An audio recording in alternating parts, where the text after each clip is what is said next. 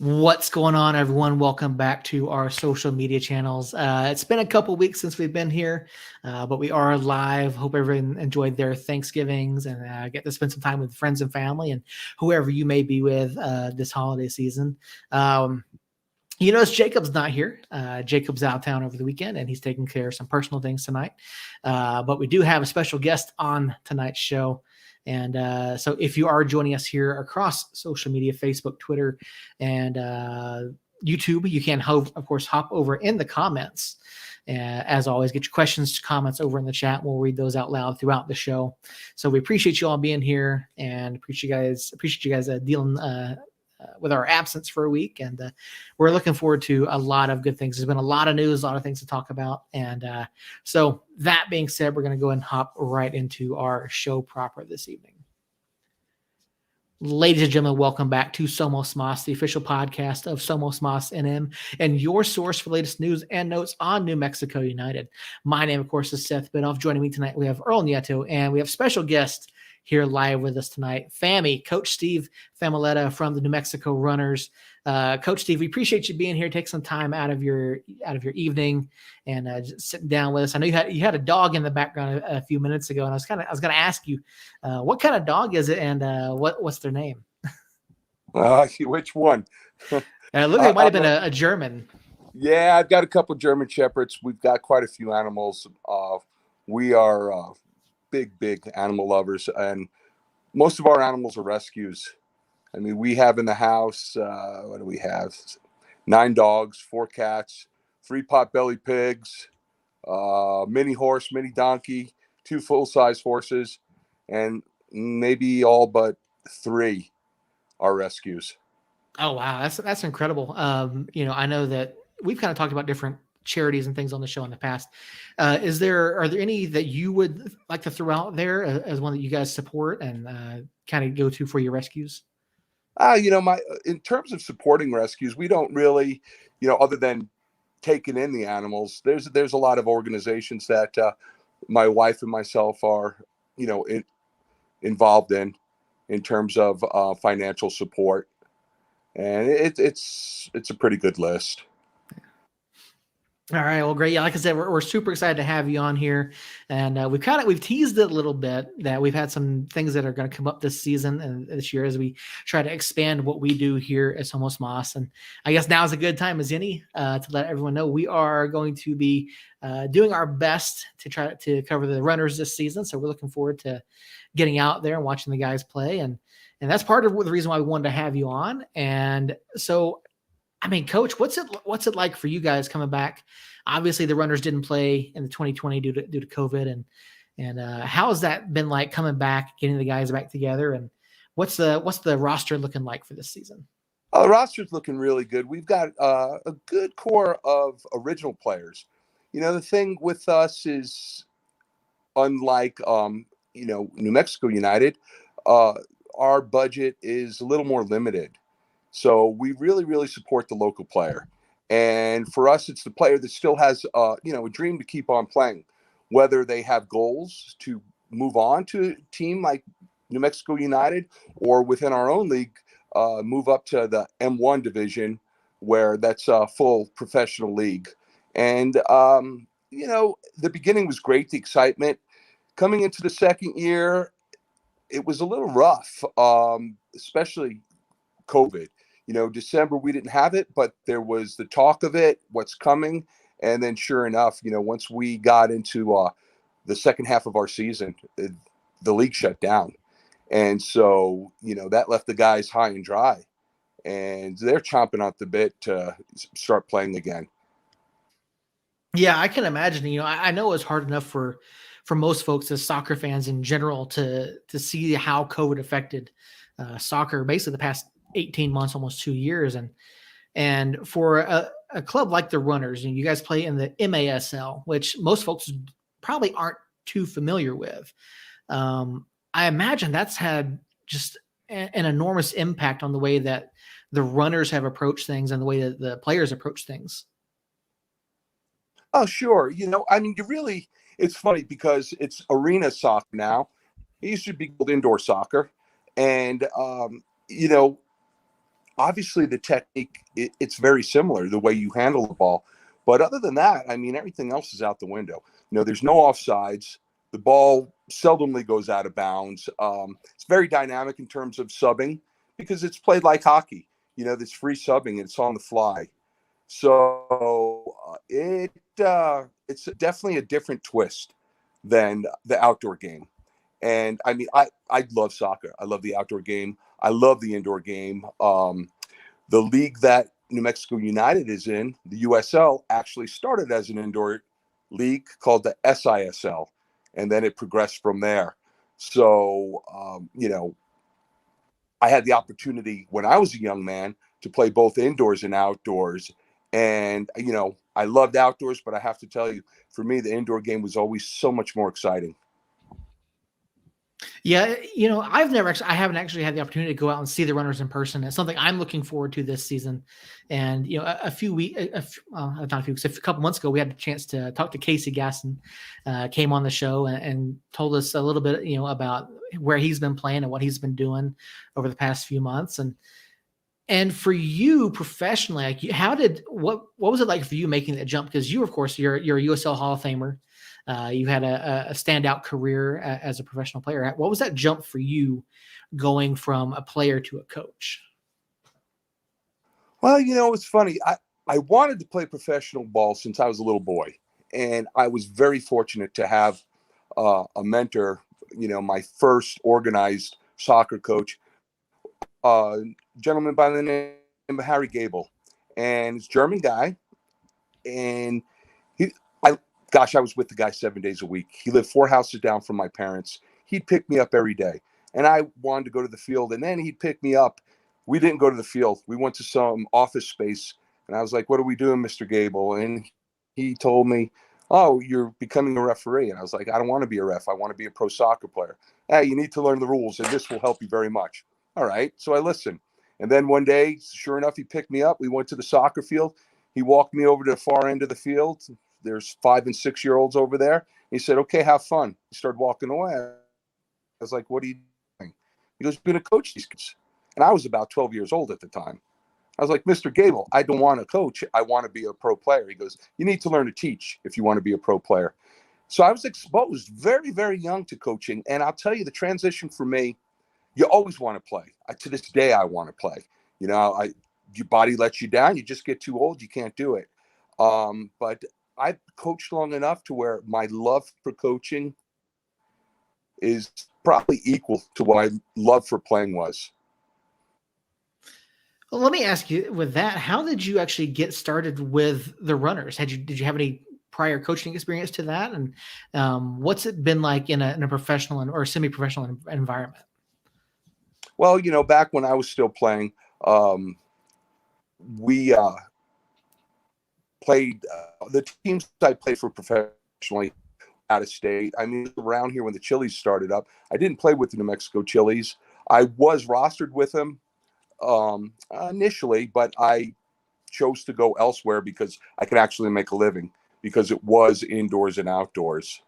And from there, I was player coach with a couple teams within the USL, early on. So I have experience at that level. It's been a bit, but since then, 30 while it was going on too, I was coaching. So it's been about a 36-year run of coaching, either at the pro level or as a director for youth soccer clubs.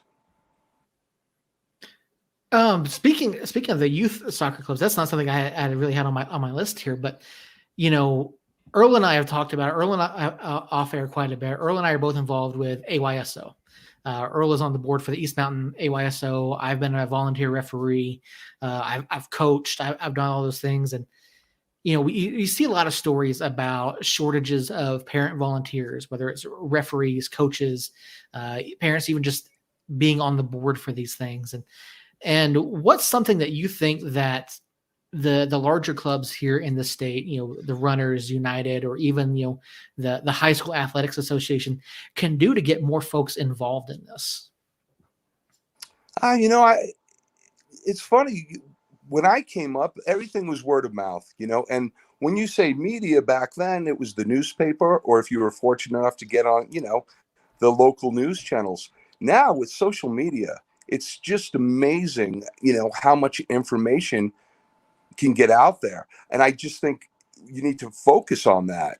It's very, very broad in terms of what is out there. So I think it's a little more focus that way. And along with the focus, a lot more education, to make people feel at ease coming in. It's kind of tough sometimes to volunteer or, I mean, for me, soccer is a part of my life. It's like breathing. But I know it's always been, not one of the mainstream sports. So a lot of these parents, they have no clue, and to volunteer, it's very intimidating, especially maybe no experience coaching to begin with anything, and then not really having a background in the soccer. It makes it pretty tough. Yeah, I can definitely tell you from experience it is. My first year out, I went out, I got my referee certification, and they threw me into the U8. I was like, okay, U8, get to go out and do that. And then obviously COVID hit, and so a lot of stuff shut down. Even the youth league shut down. And coming out this season, in this fall season, it was great to see all the families out. I know, and Earl can probably speak more to the number of volunteers that AYSO had and the number of kids that were signed up. And they threw. My son played U10, and so I refereed U10, and we ended up having. I was talking to, I think it was another member of the board. I was the only returning referee from U8 to come back and do U10, and so they went out. They trained some folks up, but I refereed probably 90% of the games because they just didn't have anybody. Like one of the folks they trained up like broke his foot or broke his leg, and so he couldn't do anything. And then someone else just happened to miss every single game for whatever reason. And then he showed up the last game of the season and wanted to referee. I said, okay, sure, go for it. I get to watch my kid for once, And 30 seconds into the game, he called an offside against one of the teams in their own half. I'm like, all right, you really can't do that. So, I'm here. Like, I will help you out, but for me, it's always been, I want to be involved in whatever my kids are doing. I want to be involved. I want to help out. And it's honestly outside of it, it's such a rewarding experience. And I wish more parents got involved in this, and even like older siblings as they're going through it. That's a really, really great thing that you do. I wish more people did it. The problem is, and it's not just true to soccer. When I'd say the majority of the people that do volunteer for the stuff, and it's normally because you're a parent, but some of the parents, the soccer that they know is what they see on TV. So as a result of that, the expectation is, regardless of their U8 or U9 or U10, that's what it should look like. And then, of course, the competitiveness and, volunteer referees or paid referees, it doesn't matter. A referee in general, the grief that they have to put up with, from the sidelines, whether it be coaches or parents out there, once again, it goes back to what we talked about a little earlier. It's really an education process. And the sad thing is, I've been hearing about the education process for 35 years as a coach, and we're never going to get away from those parents that their expectation level is a little too high. I mean, for me, watching the pros, mistakes are made. That's just a part of the game. That's what makes it a beautiful game. A mistake can win or lose the game, for you, because sometimes mistakes work out. And it's the same thing with the referee. I mean, we have to understand that the referee and the lines people, they're going to make mistakes. And as a volunteer coach or a paid coach or a parent on the sideline, more so the coaches, you're a role model for those players. And, the thing is, you have those kids a couple hours a week and mom and dad has them the rest of the time. But they're looking for you as a role model. How's my coach reacting? Something's not going our way. Is my coach jumping up and down and screaming and going crazy? Because if that's the case, you're opening a floodgate for your players to act that way and the parents to act that way. But I commend you for doing what you're doing. I mean, that's fantastic. But, it's hard to get volunteers for that reason, especially at beginner levels, because the majority, and it's really changed over the years, the majority of the parents really, at least what I've seen, I think they're a little too competitive. I think at the soccer facilities, coffee should be banned. They don't need any help. They should just go. Yeah, I think you're absolutely right there. If you are just joining us across our social medias, Facebook, YouTube, Twitter, we are live tonight with Coach Steve Fahmy from the New Mexico Runners. We're talking a little MASL, talking some youth soccer, and appreciate you being here. As always, throw your questions and comments in the chat, and we'll make sure that if you got anything for Coach, we'll get those up there, and we'll have them answer this for you as well. Going back to talking about the Runners. Are you still talking? Thank you, Earl. Thank you. I appreciate that. So, by the way, Coach Steve, I do random things like that to keep it interesting. We enjoy our time here for sure. Yeah, we do. We try to have fun with this. As much as as much as we want to be a serious outlet and talk about serious stuff, and we do have fun with it. And it's just it's great. Having folks come on and talk to us. Serious is still a game. Yeah. And if you can't smile about it, you're in it for the wrong reasons. Yeah, exactly. Going back talking about the Runners, I mean, obviously, the 2022 season is right around the corner.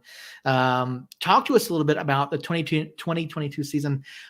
What's the season for those that aren't familiar with the MASL? What is the season format like? And how's the champion get crowned? Okay, so that's a funny one with MASL. So you have your regional games. And we'll kick off in 2 weeks. We'll be in Omaha, Nebraska. Then we won't play again until New Year's Day. We'll be local. And, we'll go until March. Then the playoffs. Don't know what the playoff format is right now. And I'm sure Earl, talking with Andres, probably told him the same. They let us know a little late. So it's a funny thing. At least it had been in the last couple of years. There wasn't a concrete, secure thing. But basically, I'm not sure if it'll be, just a straight up, the region champions play against each other. I'm not sure, how that will work, if it's a round robin at that level. So time will tell on that. Yeah, I actually hadn't heard that. I know the schedule kind of came. I think the schedule came out 3 weeks ago. So I know we've been looking forward to it. Earl, what have your talks been with Andres been like? Looking at planning ahead for the 2022 season. Very top secret. Very top. Okay. Just kidding. So me and Andres have been talking forever now. Since during COVID, when me and Casey did that kickoff where he cheated. Still forgot about that. So we've been talking actually since then, and that's when we pretty much hopped on board with, we want to cover you guys in any way possible that we can. And that's pretty much been what our talks have been. It's just been, hey, how can we cover you? Who can we bring on? Pretty much anyone we ask for, we have permission to get. He pretty much said, text me who you want and I'll get you their number and we'll get them on board with you. But yeah, so our conversations haven't been very in depth. Just been, you guys want to cover us? By all means, we want you guys to cover us too, because obviously with local media outlets, and I'm not trying to talk bad about any local media outlet, but with the local media outlets, it does become a little bit challenging to get positive news. Harry, what's going on, man? Nice to see you in the chat. I don't mean to just cut my conversation short. I'm very ADD. But yeah, so that's what our conversations have been. Just, hey, how can we cover you? How can we get your guys' name out there to get you guys more, whatever you guys need, ticket sales, revenue sales, whatever you guys need, attendance, if that's what it takes. We're more than willing to hop on board on that and just do what we can to help you guys out. And Andres has been 100% on board with the same thing we've been. Is all right. Well, let's roll with it and let's see what we can get. Yeah, like I said, it's exciting. I'm looking forward to it. Getting out to the Rio Rancho Event Center. I was out there about a month or two ago, and I caught a Gladiators game for the first time. That was a lot of fun. So I'm really looking forward to seeing the runners in action. And Coach, over the past few years, you've had some pretty talented guys coming through. What's it been like for you seeing some of the guys, get signed by United or elsewhere within the USL or in the U.S. soccer structure? And I guess we'll start there because I got a follow-up question to that. I mean, it's fantastic. I would never, nor would Andres, ever try to lock anyone in. From day one when Andres talked to me about taking the position, I know the dreams I had as a young player. So, I empathize with some of the guys that want to go places. Some are very content. They have professional careers here. They're just so happy to be able to be part of this organization. Of course, I appreciate them. But then again, with the players that do want to go someplace from here, using our team almost as a springboard, I back it 100%. And anything I could do for any of our players, and even if they're not my players, any local player, young guy coming up or gal coming up that, has dreams, and anything I can do in terms of connections I might have, or just simple phone calls, whether it's, to college coaches, I a big supporter of that. I just love to see New Mexico players chasing their dream.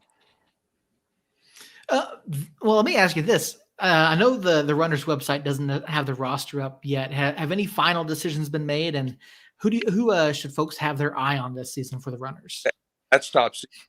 Top There's only one person on that club that should be re-signed. His name is not Casey. His name starts with a B and ends with an I. B and an I. That's all we need to know. Okay, you heard it.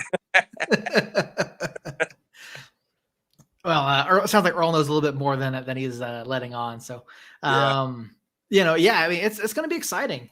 This will be my first season, getting an opportunity to watch the Runners, in person, and I'm looking forward to it. I think it's going to be a fantastic season, and I mean, it's like I said, you talked about it, and I'm really looking forward to it. I know Earl is as well. We're going to figure out a way to get us out there and meet some of the players and hang out with you guys and maybe do some live stuff out there. And it's going to be a lot of fun.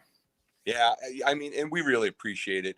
It's, we're in Rio Rancho, and the venue it's just beautiful. And the production, Andres, he really knows what he's doing when it comes to production, because it's very, for those that have been to hockey games at a pro level, it's same thing, very exciting. There's a DJ, and it's fun. The crowd, it really gets involved with it. And of course, attendance is always something any team needs a booster on. United, as well as they have done with the attendance, surely they still want more. And, we'd like to see that. And I'm thinking, or at least I'm hoping, with last year with COVID and the restrictions within our state, in terms of being able to go places, whether it's restaurants or the movies or anything like that, there was such a limitation, and then especially sports, right? All of our local sports teams that wanted to play, they had to play out of state. They had to train out of state, so that left a lot of voids here. So I'm hoping, now coming up this winter, that'll be helpful for us, because people have, the freedom now to get back out there and the desire to get out there. Yeah, you talked about reaching out to colleges for guys. How important is it, in your opinion, for the college game to continue to grow, and how devastating or how big of a deal was it for soccer in New Mexico that the UNM men's soccer team was folded? So before you answer that, Coach, I'm sorry, go ahead. Real quick, I want to give a shout out to your jefe, Andres, who's actually on Facebook right now watching us. Oh, cool. Hey, boss. That was a big blow. I played for UNM. I only played one season there, and then I moved on from there. But it was devastating, because it's such a winning program here. It was their most successful, fall program. And, there's a lot of things behind the scenes there, obviously. And, things that just for character and class sake, I don't really want to really discuss or talk about or even say what my opinion is of it, other than it was really terrible. Thank God they kept the women's program, and Heather Dyke has done a fantastic job with that. And Heather is really a class act. A great coach, great mentor to the girls, and that's really the big part, right? Making them good human beings. And but now, if we take a step back, the college game in itself, it's great for those kids that maybe wouldn't go to college for other reasons. But I'll tell you that where soccer's headed in this country, especially with the academies, you know, coming off of these pro teams and now USL academies, and when MLS goes with an MLS too, there's going to be a lot of ways for the guys and the gals to get into the pro game or a higher level without involving college. So it's going to be interesting to see, how long college soccer will stay alive, to be quite honest. I mean, I think it'll be there a long time, but I think it's just going to be, select leagues within the country of college, because there's just too many options now for the young players. Yeah, and that's something that we've talked about a lot on the show is the growth of the sport, and where the young players go, and how big the academy system is, and how kind of for the past 20 years the US soccer pyramid has basically just been broken because of how MLS and USSF have handled things. And looking at how different leagues are trying different things. USL is supposedly going to be voting on Pro Rel this winter. NISA is looking at doing Pro Rel within their divisions as well. And so I think there's still as much change as we've seen. I think there's still a lot of growth within the system itself, as closed as it is. And I think that these leagues trying different things is really going to push MLS in a direction that I don't think that they're comfortable in. There's a lot of truth behind it. When you pull in a youth academy underneath, that's a big financial venture too. But they all have them already right now. They've had that. And, in terms of competitions for leagues within our country, the bottom line is, it's like anything else, he with the most money at the end of the day is going to win. When a player has an option to not only make a living at it, but actually put away for retirement, versus getting paid, but, it's a seasonal paycheck, that's going to dictate quite a bit, and the one thing with our leagues, and I've said it for years, I mean, the good thing about America is, in terms of pro leagues, we are the land of the late bloomer. Where else can you see a rookie come into the league at 22 years old? Because, in Europe, 22, that's a full-blown veteran. They've got a lot of kinks in their guards by that point, and the experience is tremendous. And that shows. I mean, we've had quite a few Americans go overseas, and they're getting more and more successful. But when you look at the population, the amount of American players that we have versus how few we send overseas. And the kicker there too is we're always hear about the guys overseas. There's a lot of gals before the women's pro league over here started back up. They were all over the place, our Americans. You never heard about that, which to me is a shame.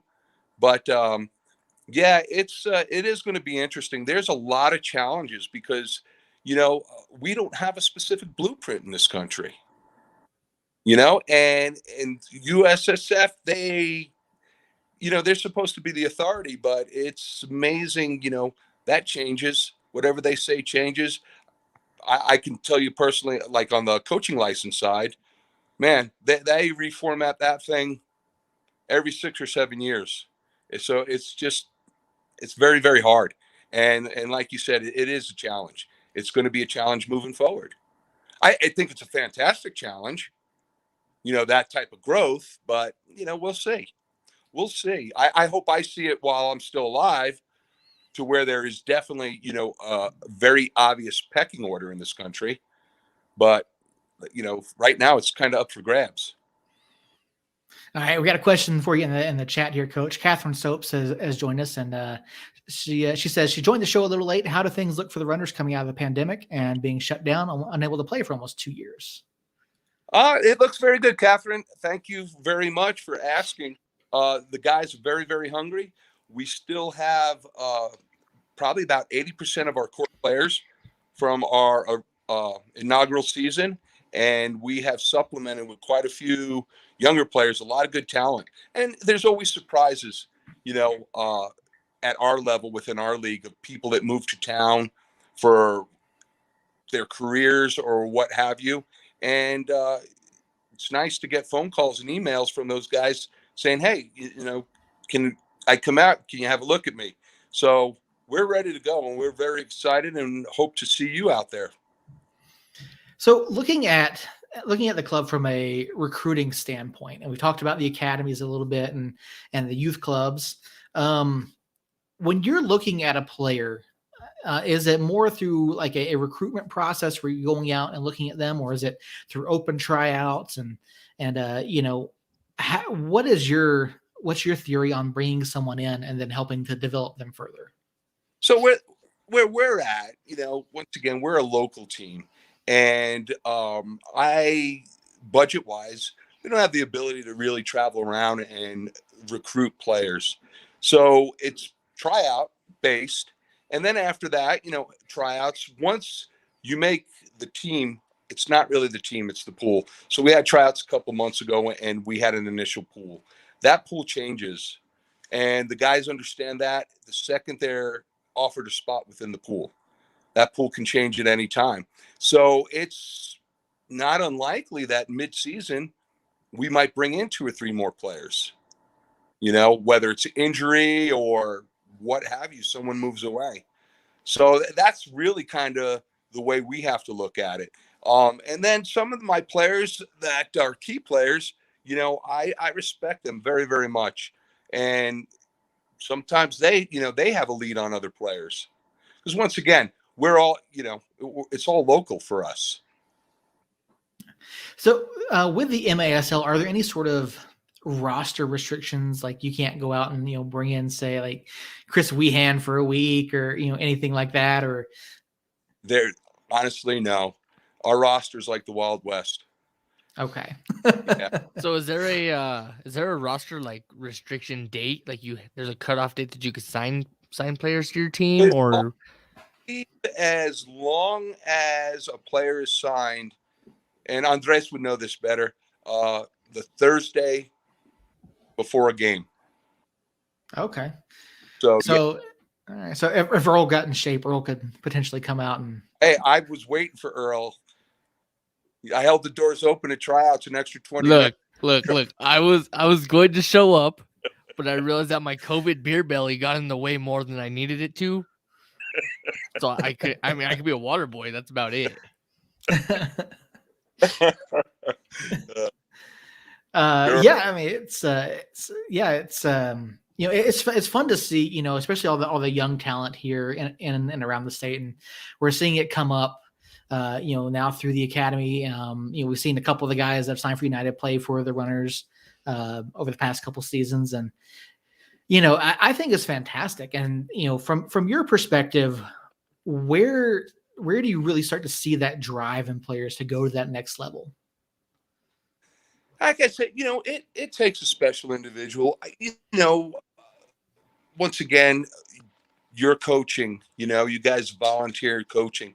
Those little kids, you ask them once they get a flavor for it, hey, who wants to play pro?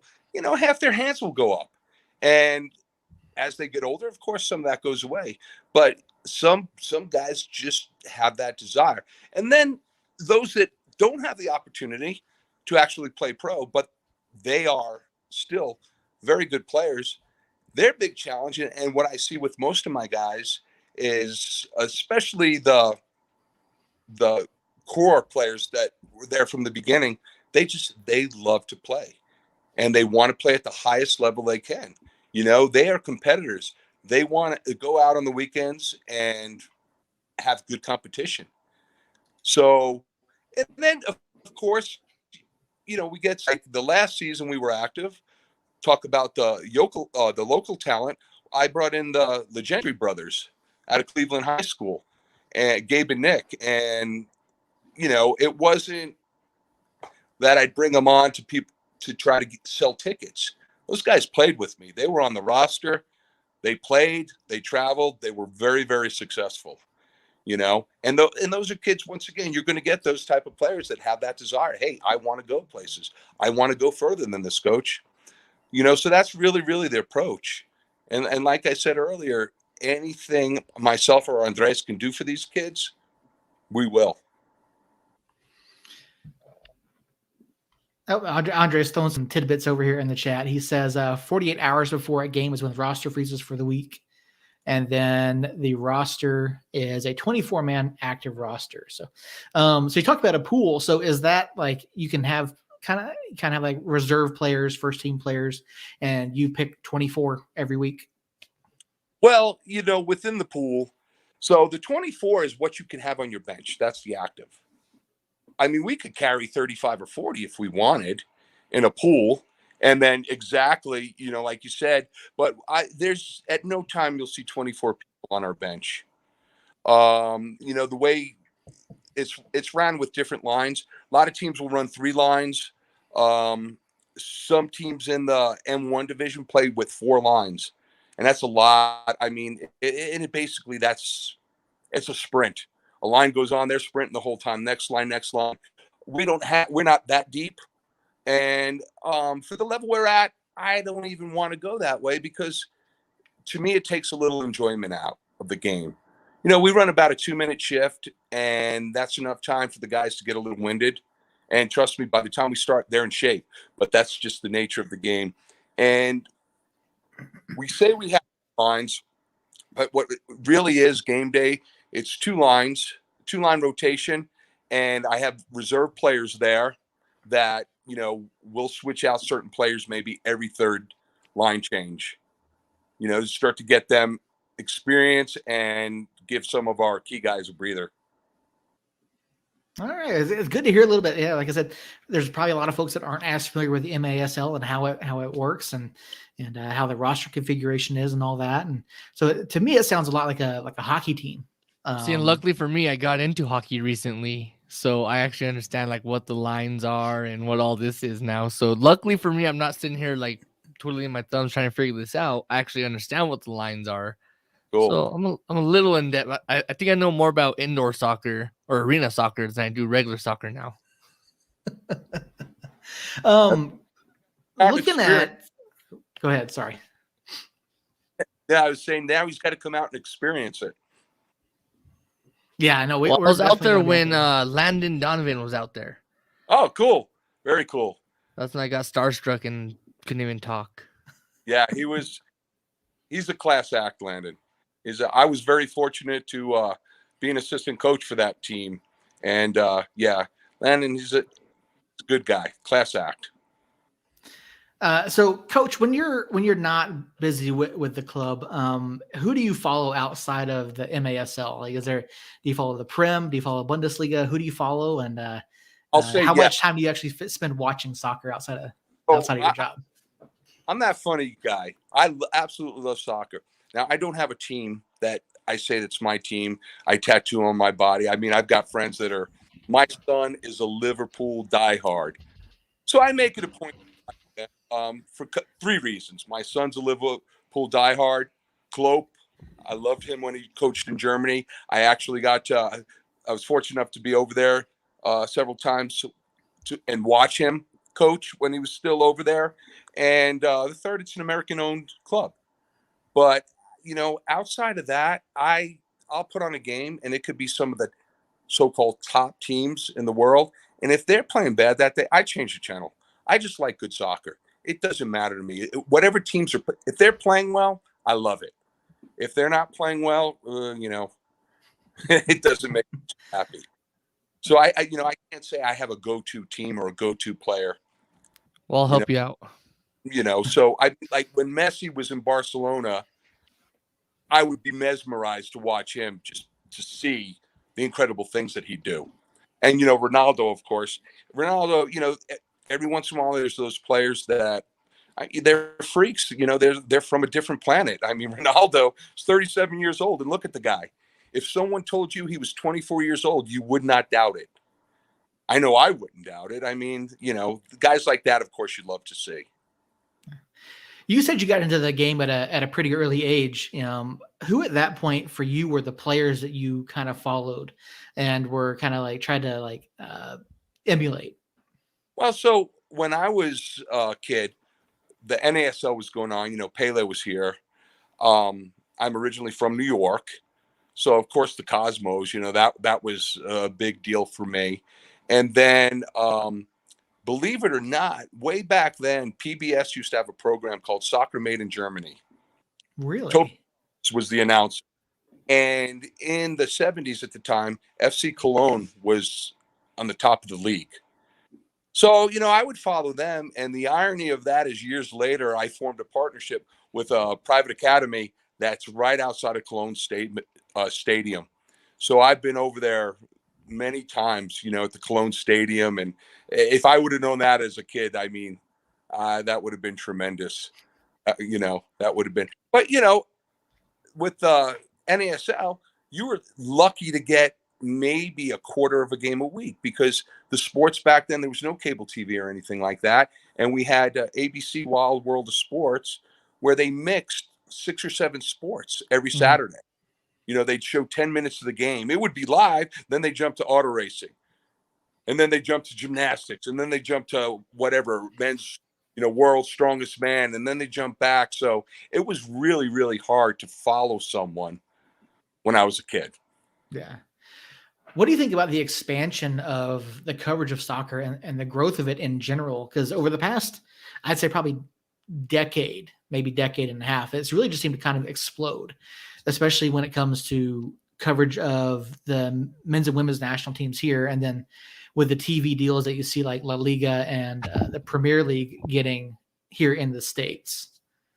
Oh, man. It's fantastic. It really, really is. I think if you look at that pattern, right, and you're right, it's been about 10 years. And now look at the quality of some of our players that have jumped over to Europe at 18 and 19 years old. And I really think part of it is because of that. They're getting to watch that stuff. They watch what their favorite player does. And then they go out in the street or at training and they try to do that. And it's things they normally wouldn't see. So, I mean, it's just awesome. It's great. If you really search, there's not a minute of the day you couldn't find something on TV, with all the private channels and the pay-per-view and all that type of stuff. So it's fantastic. It goes, like, once again, back to the education part of it. Man, the more exposure our American kids get to that, and, even the adults that turn into fans. That's the thing that amazes me, too, is the amount of fans of soccer in our country that have never kicked a ball. Yeah, we've talked about it a little bit, Earl and I have, and with Jacob, I grew up in the South. It was all baseball and football. And I think I played soccer for maybe 2 years, and it wasn't big.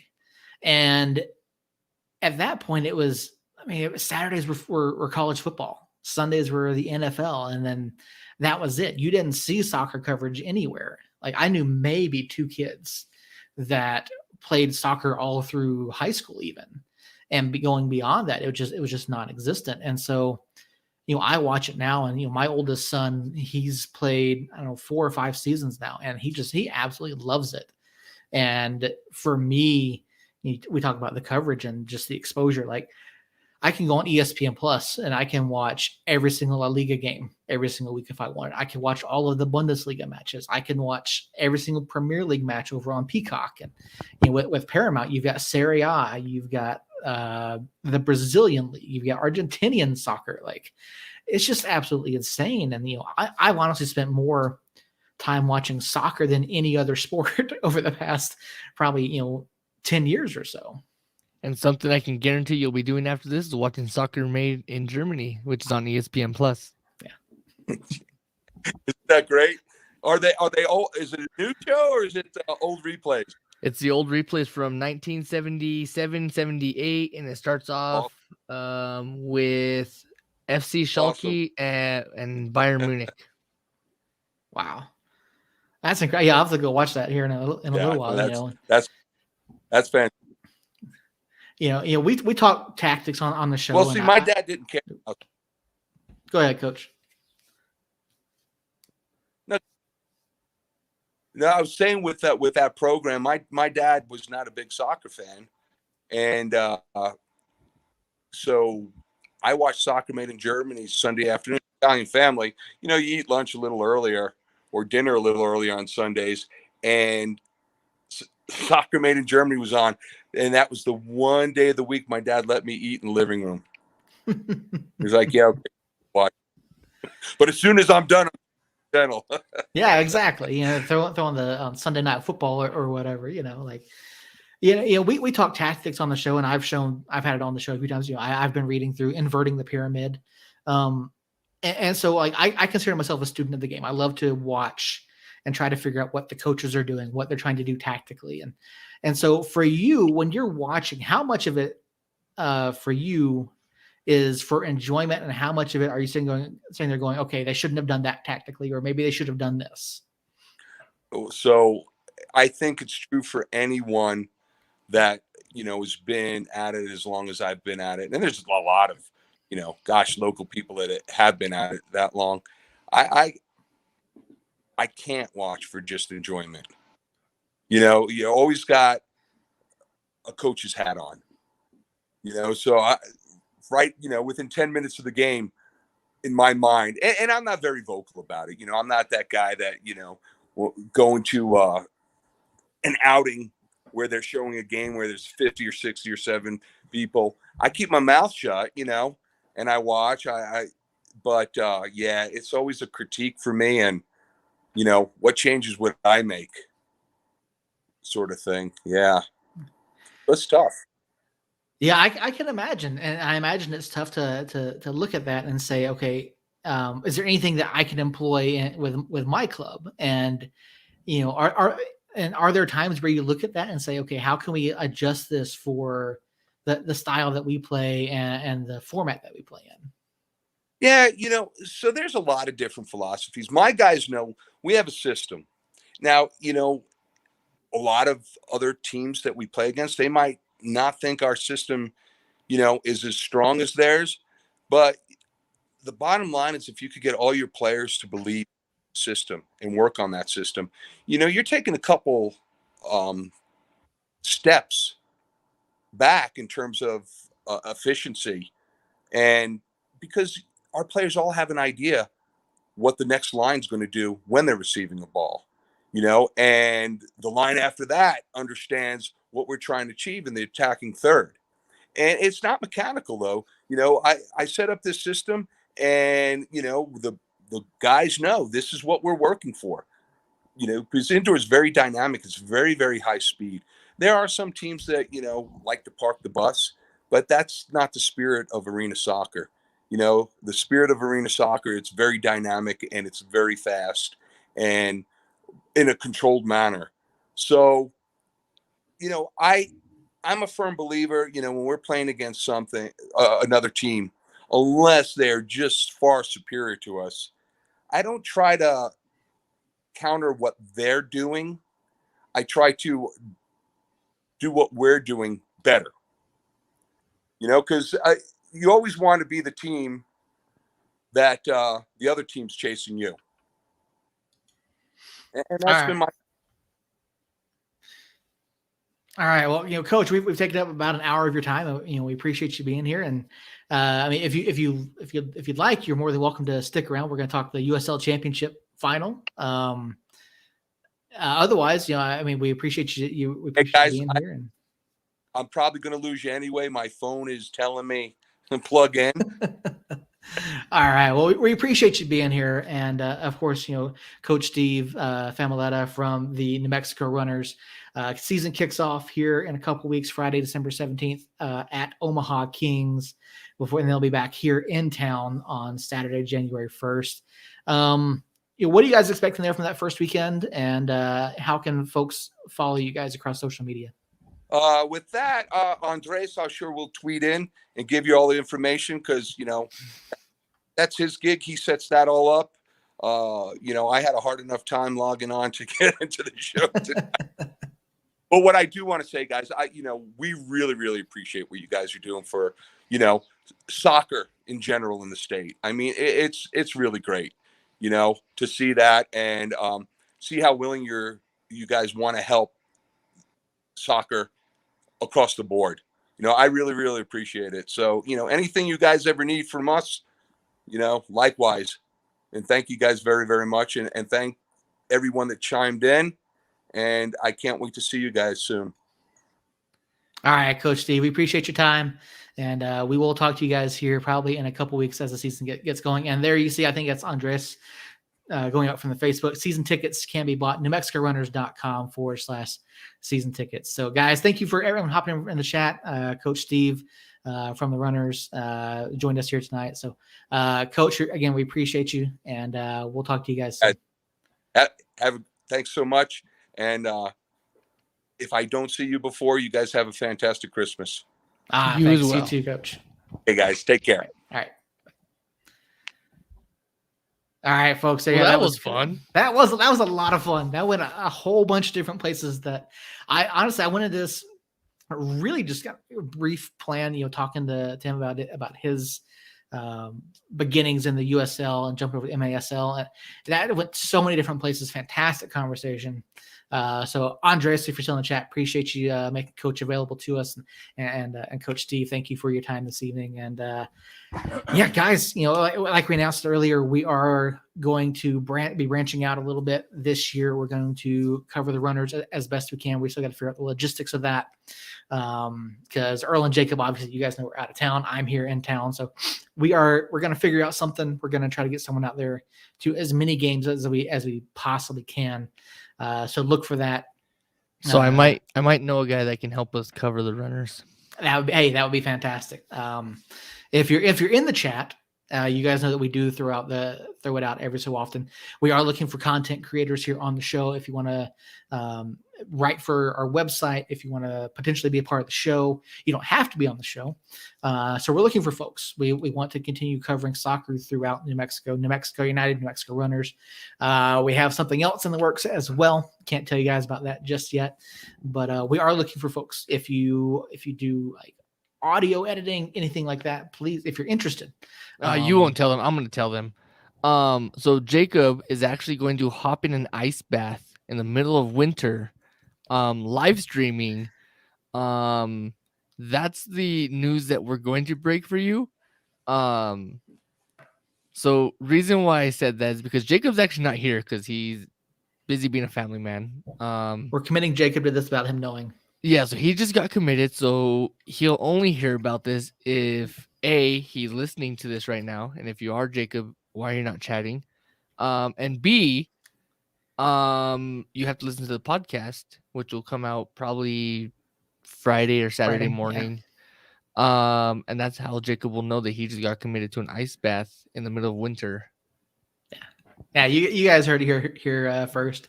Tag Jacob over on Facebook and let him know that you're looking forward to the ice bath. I'm sure he would absolutely love that. But yeah, so if you have his number, feel free to text him.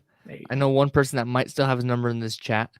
I won't say her name because I know the rules, but I do know your number. And it's 1 after 12.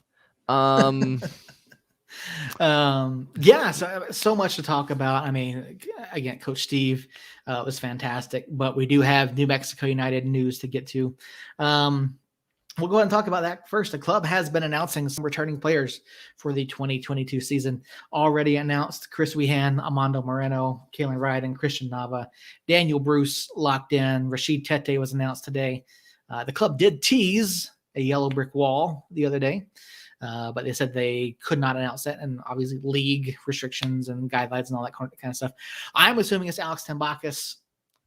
I'm fairly certain that's who it is. I have no inside baseball on this one, but I'm pretty sure that's what's coming. So I mean, Earl, we kind of knew these coming in to the offseason. We knew what players to expect, and we know some names that have not been announced yet. But looking at these guys that have already been announced, what's your take on the way too early 2022 projections? I was a little concerned up until today, because up until today we only had one defenseman, and I'm gonna say that in a hockey slur. We only had one defenseman that can play defense, being Kalen Ryden. So I was a little concerned that there was a whole lot of like midfielders and forwards being signed, and so after today's announcement of Rush coming back, I was a little more relieved, because I think they're just gonna slow play it out until, I mean, shit, I don't know, because at this time we're already getting new signings last season. So I mean, I'm not stressed about it. I'm not too worried about it. I'm actually excited for what we do have, and I hope and pray that we see some more familiar faces come back, minus one familiar 3-letter word that we've said all year round, and it's not FEP. Yeah, I mean, I get it. I think we have a very good core that's already been announced. I wasn't too concerned about the number of midfielders versus any other position, because I think the players that have been announced to this point, you've got a pretty solid core. Like I said, you've already got Rosh and Kalen coming back and help anchor that back line. You've got Bees and Brucey coming out of the midfield. Brucey obviously playing more of that wing back position, and then that's what he's done over the past 3 seasons. We don't necessarily know what things are going to be like under Zach Prince. But I mean, things look promising. Armando obviously is going to be out until we think July, is what we've heard. Armando will be out with the ACL. So obviously Christian Nava coming back is going to be a big deal. We talked about this potentially being a breakout chance for him. And again, still way too early for us to really say anything. And we don't know much outside of this, but could be his opportunity. And I think that there's going to be a lot of growth this season for a number of guys, looking at what we have so far and looking at what we can build off of. So that's their signings are abound. The Academy team, we definitely have to mention this. The New Mexico United Academy Club is taking part in the USL Academy League playoffs. That is this weekend, December 12th. It actually starts tomorrow, December 12th through the 5th out in Tampa. There are 8 clubs that. Wait. Yes. You said December 12th through the 5th. Sorry, December 2nd through the 5th. I apologize. Okay. Yeah, I don't know. I was thinking 12, but I've got it right in front of me. December 2nd through the 5th out in Tampa. 8 clubs qualified. Queensboro in Group A, you have Queensboro FC, Southern Soccer Academy, Weston FC, and New Mexico United. Over in Group B, you have Charlotte Independence, San Antonio FC, AC Connecticut, and Indy 11. So don't really know too much about any of these clubs outside of our own academy, and it's going to be a lot of fun to see. It'll be interesting to see what happens with these academy clubs. And it looks like I'm trying to make sure I have everything set up here on my screen here. So this is at the Waters Sports Complex, home to USL League Two's Tampa Bay United. The winning teams from Group A and Group B will square off in the USL Academy League final on Sunday, December 5th at 6:30 p.m. Eastern Time at Al Lang Stadium. Now, there is no streaming that we know of for this tournament. The club has said they will be live tweeting the tournament. So let's see if we can get an actual schedule here. Where is it? Okay, here we go.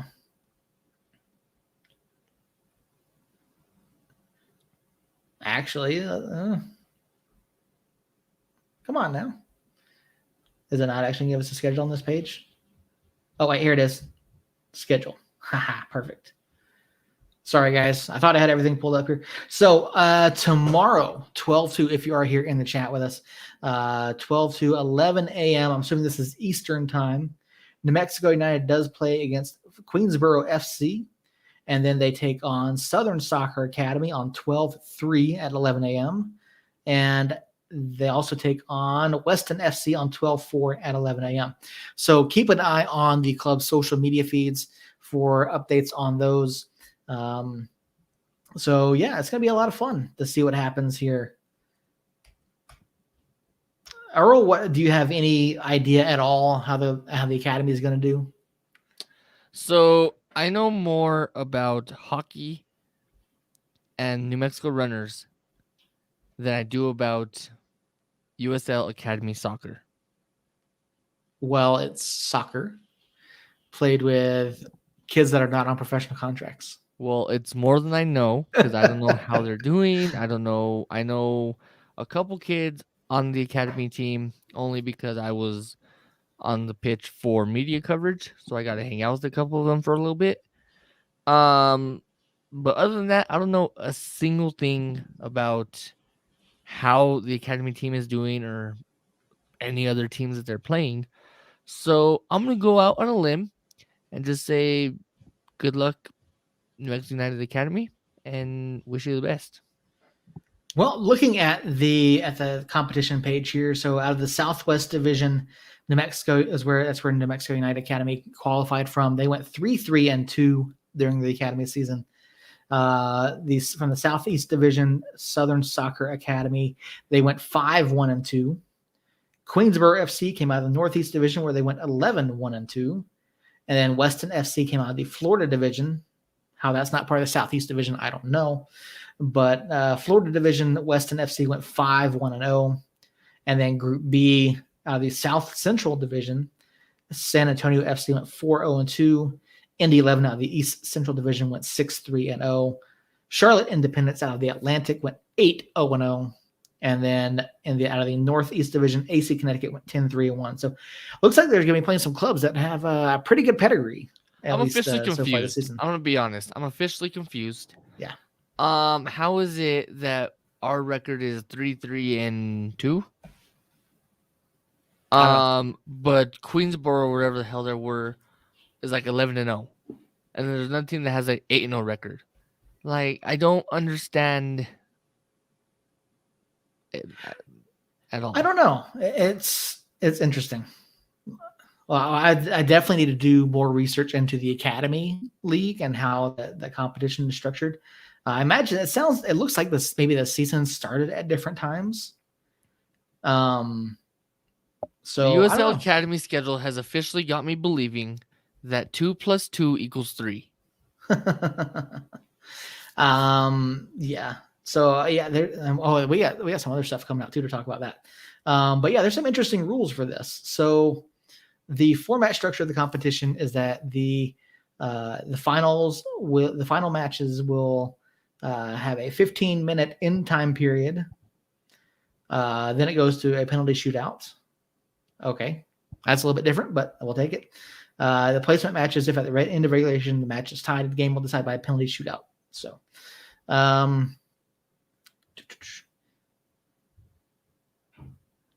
no, all right. So all Academy League game day age group roster rules apply, except no senior team overage players will be allowed to compete. So I know there is a rule where overage players are allowed to compete in certain instances, but it sounds like they can't do that here. Teams must register a minimum of 16 players and have no more than 23 on the roster. And then let's see. Substitution policy. Teams are allowed a maximum of 7 normal substitutions per game to be used over the course of 3 moments, excluding halftime, but including cooling and or drink breaks. So, all right. Additionally, the USL Academy has implemented the concussion substitute initiative. So a lot of different rules here. Things. I don't understand one damn bit. How does a team qualify for this USL Academy League playoff? Yeah. Because you can't tell me that it's if they win their division, because New Mexico United Academy Oh, did okay. not win their division. I think I see why. So, um, it looks like United only played 8 matches. There's only 9 clubs within the region. So that's why they only played 8. If you look at the Florida division, there's more clubs, so they played more matches. So it looks like they play everybody once, as far as I can tell. The Florida division only has 4. What? No. Weston FC, the Miami FC, the Villages SC, and PSG Academy. Yeah, I don't know what Northeast has Queensboro, Connecticut, Ironbound, BRFC, FC Copa, FA Euro, Pathfinder FC, Morris Elite. So I don't know what the fuck's going on anymore. We won't figure this out, guys. I'm not sure if this headache is because of all this fucking thinking or this fucking vaccine. I don't know which one it is. Okay, yeah, I don't know what page you're looking at, but according to the USL Academy, USL-academy.com/Florida. Yeah. Florida Elite SA, IMG Academy, Miami FC, Miramar United, PSG Academy, Tampa Bay Rowdies, Villages SC, Treasure Coast Tritons, Weston FC. So there's more than 4 clubs there. I don't believe you. I'm looking at the map that shows a whole. I think you're drunk. I'm gonna send this to you right now in the chat in the text. You do that, but anyway, no matter how you look at it, the Mexico United Academy is playing this weekend in the Academy playoffs. So best of luck to them. We hope they do well.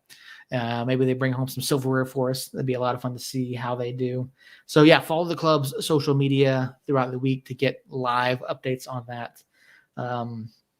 So yeah, there's that. As he mentioned earlier with Coach Steve, the USL Championship is supposedly talking about Pro-Rel this winter at the winter meetings. They are also supposedly looking at potentially changing the competition calendar to match England. Earl, what do you think about that? I don't know, because I don't watch English football. Or I think that's what they're doing. I have to double check. But so how much different would it be? Hang on. If they find, so they kind of follow that now, but never mind. I think what it is they're trying to switch to like the fall spring. So like they would start in like May and then end in like March or something like that. I don't know if I like that. Right. Oh, why am I not logged into this? Dang it. Anyway, so yeah, interesting changes going on in the USL. Do you think promotion relegation gets discussed? And if they do you think they vote on it? And if they vote, where does it go? I'd be okay with that. Definitely would be okay with that. Just because then I feel like it increased the competition levels to where teams aren't just sucking to suck. All right, let's see. Okay, so the idea that was floated, this is from an Athletic article back earlier in the year. They want to invert the calendar. Where is it? Okay, yeah, the proposal is a radical shift in the league's calendar, going away from the spring to fall schedule used by MLS and switching to the more globally customary fall to spring slate. So start around August and then end in like May. Yeah, I'm not okay with that. No. How come? So a bunch of USL players right now, top tier players, came from MLS. A couple of those, I mean, I wouldn't even say top tier. Some talent that has came to USL came from MLS. New Mexico United has thrived off of that with the addition of Armando Moreno, Last season, they thrived off of having a decent backup in Michael Azira. And vice versa, because if you look at LAFC, they thrived off of that same sorry, I got breaking news. Breaking news. Uh-oh. Baseball breaking news. Oh, no one cares. Anyways, breaking news for Major League Baseball. The Major League Baseball has locked out their players, certifying games first work stoppage in more than a quarter century. 1995 or 94, I should say. Yeah, so there's no baseball right now, which I'm okay with because fuck the Dodgers. Anyways, so like I was saying though, is both MLS and USL both thrive off of imitating the same schedule, where you see Amando Moreno come to USL, you see Mike Azira come to USL, you see what the hell's that guy's name? Michi Galina go up to LAFC and potentially has a contract with them. They haven't announced anything yet. All they announced is the loan ended, so he might even have a MLS contract. So I kind of like the way it is right now, because we can easily pick off of MLS and they can easily scout off of us to make the league better. I don't know if we get that same kind of fruition doing a fall to spring schedule and trying to match or imitate the European leagues. I think my biggest concern about a switch in the schedule that drastic is who's going to want to play soccer here in February? Who's going to want to play like in Chicago in February? Fuck February. Go December. I mean, even then, like, you're looking now to where there's a good possibility a more than one team plays on Thanksgiving, more than one team plays on Christmas, more than one team plays on that third holiday, New Year's. that third holiday. So yeah, and Veterans Day, you're seeing a whole bunch of holidays that get overran, major holidays that get overran. There was some players that I follow on Twitter, when I was on Twitter, that were very upset that they missed certain New Mexico things and certain holidays, and they're very upset about it because of USL schedule. But then you're going to get the opposite, where you're going to have more players upset because they have to either practice on Thanksgiving or they have to play on Thanksgiving and Christmas and New Year's. So I mean, it's a catch-22 because it works out because that's like the global mantra is play in the wintertime. Mm-hmm. But in the same breath, you said it correctly. Who's going to want to play here in February? You already have people complaining and bitching and moaning about low attendance. I can only imagine in February when it's snowing outside, no one's going to want to go outside. I'd be interested to get Peter's thoughts on this. I'm going to reach out to David, see if we can get Peter on this and see if we can get some insight into the governor's meetings. But yeah, to me, would I stop watching USL because of the schedule change? No. Would I stop going to matches and covering the team that I love because of schedule change? No. I don't know if I'd be willing, or if any media source would be willing to sacrifice a Thanksgiving to go stand in the blistering cold for 4.5 hours for maybe 6,000 people. I wouldn't mind. It's Thanksgiving Day, something to do, man. Absolutely. I have food to eat.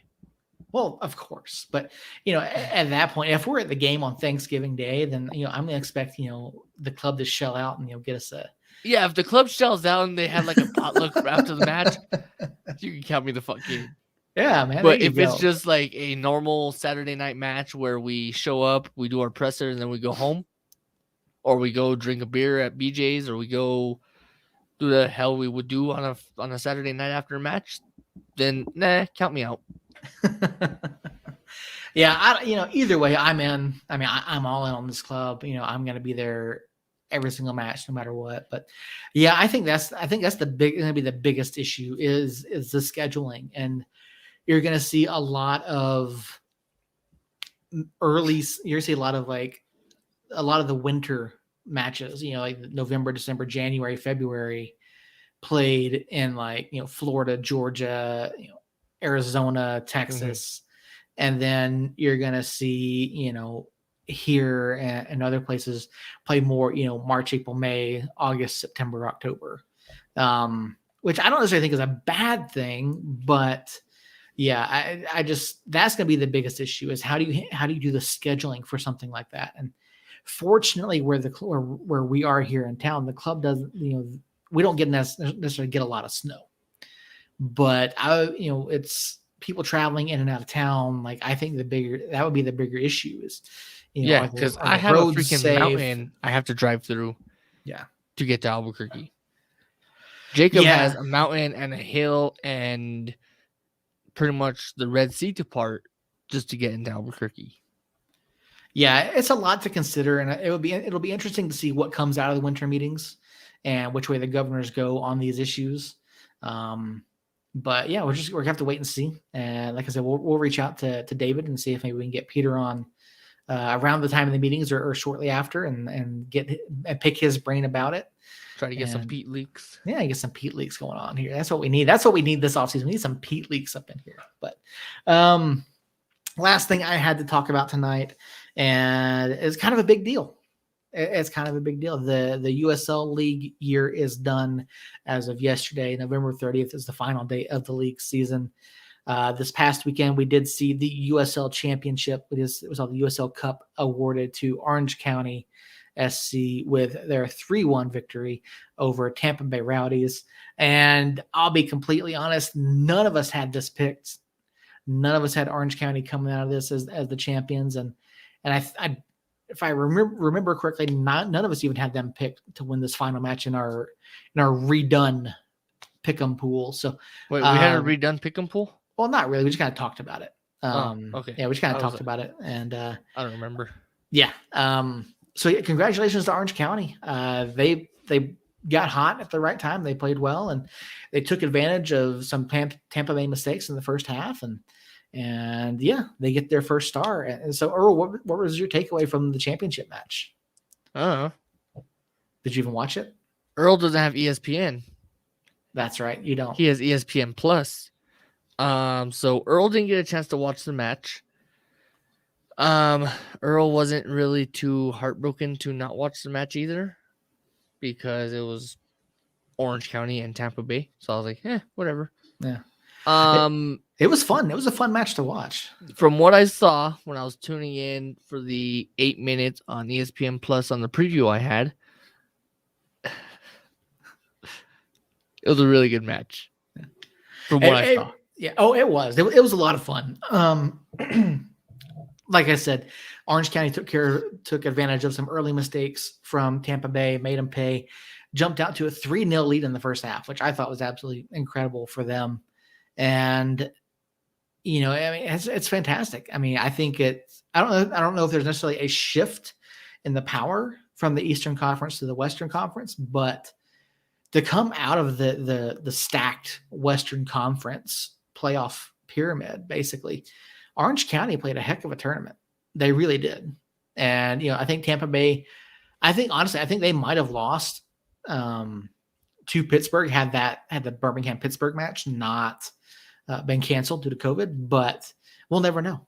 We'll never know. And so here's what bothers me, and it's my little soapbox rant that I'm about to go on. So immediately after that Orange County match against Tampa Bay, that they won, congratulations. Immediately on the New Mexico United Nation page, or whatever the hell they want to call themselves, there was a stupid post. And I wish I could find it real quick, but I'm not gonna be able to because my fingers aren't that quick. What you're talking about. And it says, and I quote, "I wonder how Chris Wehan is feeling right now," or something along that line. Whoever put that, you're a freaking idiot. And I'm willing to say that you're a freaking idiot. Because had it not been for Chris Wehan, who scored, 12 goals in half a season for us? Yeah. So that, had he been here the whole season, that puts about 24 goals. I do believe Haji Berry only had 22 goals.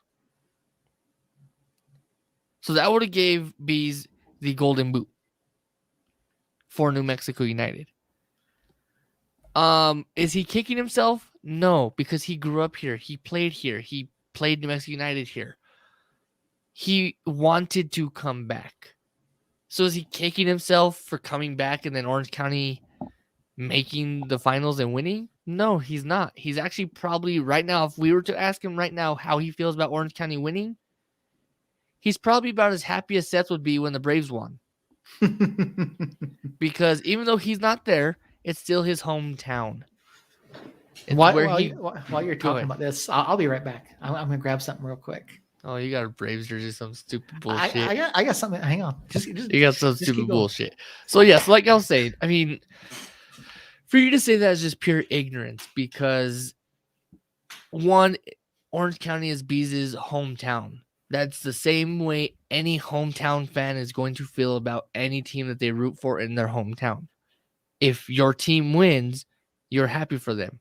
Yeah, he plays for New Mexico United, but deep down, somewhere in his heart, is a piece of Orange County. If that wasn't the case, he would have went back. He wouldn't have went back to Orange County to go play for them for half a season. But that being said, he came back to us, to New Mexico United, because New Mexico is part of his home too. That's his heart. He wants to play here. He loves to play here. And that's why he came back. So, and I probably should have stayed off of Facebook that night because I knew some kind of stupid comment was going to happen, but I didn't, and I'm paying for it. So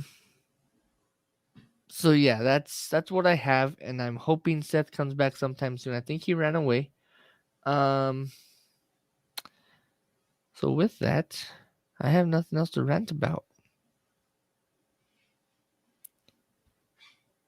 Maybe when Seth hears this, he'll see that his flag is not straight. The yellow. Oh dear God! The hell did you do? Go fucking shave too?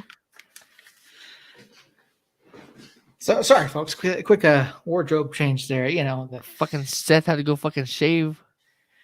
World Championship. 2021 World Series champs. God, did you get that on like clearance? I got another shirt in there too. You bought that on Black 2021. Friday, didn't you? I did not. Because it came I on didn't. clearance. No, actually, I went down. I was out for folks that don't know. I was out of town over Thanksgiving. I did go see my family, and That's why we weren't here. We went down to the Battery outside of Truist Park, and yeah, got For some. those of you who are not Lenny- aware where the Battery is, it's actually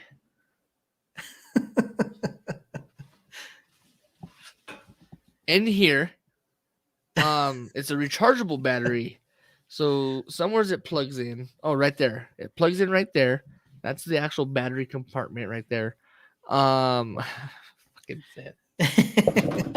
yeah, Earl, with how this season played out, I got in the car yesterday. I was leaving work, and I think we're pretty close to the end of the show here. I was leaving work yesterday. I got in the car, turned on the radio, and it wasn't even on the 101.7 The Team. It was on some station that was advertising Dodger tickets. That was the ad on the radio, and they said that if you show up to like opening day, it said, "Are you looking to add to your World Series, to your 2018 World Series collectibles?" I'm like, 3-year-old World Series memorabilia being given out to fans to entice them to come to opening day. Is that what the Dodgers have sunk to? I mean, the Dodgers have sunk to paying buckets and buckets and buckets of money to not make it to the World Series.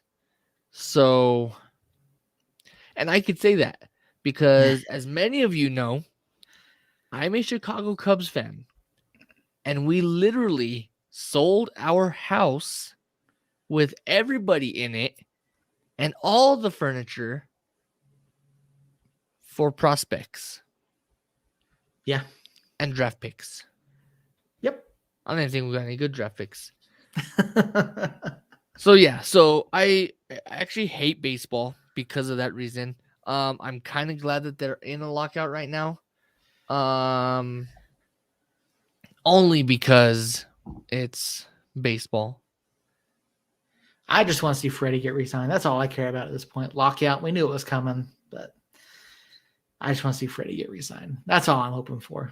But I think that's gonna do it, folks. We've been here about an hour and a half now, and great show tonight. We really enjoyed it. Appreciate each and every one of you for hanging out with us in the chat, Facebook, Twitter, YouTube, wherever you were catching the show tonight. We appreciate you guys here. Huge thank you to Andres Trujillo and Coach Steve Familetta from New Mexico Runners for hanging out with us for the first part of the show.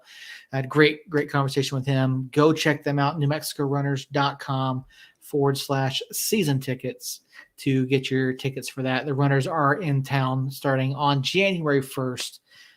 So get out there and get your tickets, cheer them on. Can't wait to see that. Can't wait to get out there and cover the club this year. And we're looking forward to that. Earl, do you have any final thoughts? I don't. So actually I do. The only final thought I have is if you're considering getting the booster vaccine or getting your vaccine, just do it. If you don't want to do it, that's fine. Don't hate on the people that did do it. Make sure you guys are staying safe. Keep wearing your mask, doing what you have to. Keep safe. There's been a lot of stupid numbers in New Mexico for whatever reason, and I feel like we just need to get back to what we're doing and just being safe again.